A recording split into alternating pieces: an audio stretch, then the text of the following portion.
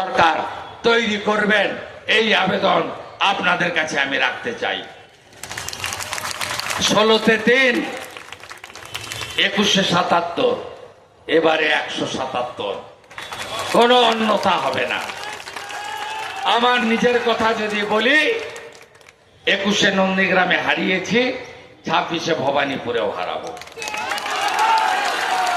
চন্দ্রশেখর ব্যানার্জি লক্ষণ চন্দ্র ঘোড়াইকে পাঠান। ডক্টর বিধান রায়ের পরে আমরা এই দুর্গাপুর শিল্পাঞ্চলে শিল্পের প্রাণের সঞ্চার ঘটাবো। আনস্কিল দরকার নেই। এই জায়গাগুলোতে যদি আমরা বন্ধ হয়ে যাওয়া শিল্পগুলো চালু করে আরো অনুসারী শিল্প আনতে পারি, তাহলে গুজরাট, মহারাষ্ট্রে, ঝাড়খণ্ড, উড়িষ্যায় গিয়ে আমাদের বাড়ির ছেলেদের কষ্ট করে 12-15 হাজার টাকা রোজগার করতে হবে না। এতগুলো রাজ্যে বিজেপি আছে,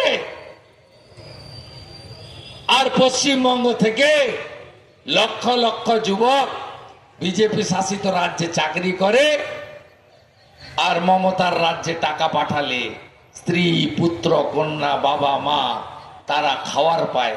এটাই তো বাংলার বর্তমান অবস্থা।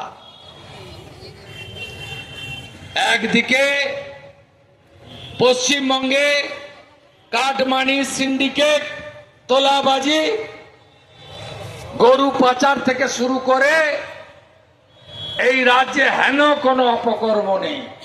মাঝে মাঝেই দুর্গাপুর, বারাবণী, রানীগঞ্জে ইডির লোকেরা আসছে। কেন আসছে? একদিকে বিখ্যাত কয়লা কেলেঙ্কারি,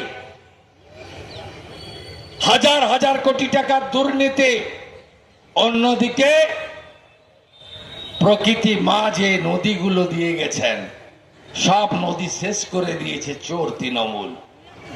বেড় নেই, পাড় নেই, সারা রাত্রি ধরে নদীগুলোর উপর কি বিভৎস অত্যাচার। জেসিপি মেশিন, পকলিং, নদীর বেড়ে দেওয়া যায় না, 2 মিটারের বেশি খনন করা যায় না। একটা ঘাট যদি বৈধ হয়, পারভেজের মতো চোরেরা, নরেন মলয়ের সঙ্গে যারা ঘুরে 100টা বেআইনি ঘাট চালাচ্ছে। হিসাব 75-25, 25 রাখছে লোকাল তৃণমূল, পুলিশ, কিছু বাছাই করা সিভিক, আর 75 সোজা চলে যাচ্ছে পুলিশি পাওয়ারায় কালীঘাটে। পার্থকেষ্ট, চুনোপুটি সব খেয়েছে হাওয়াই চটি।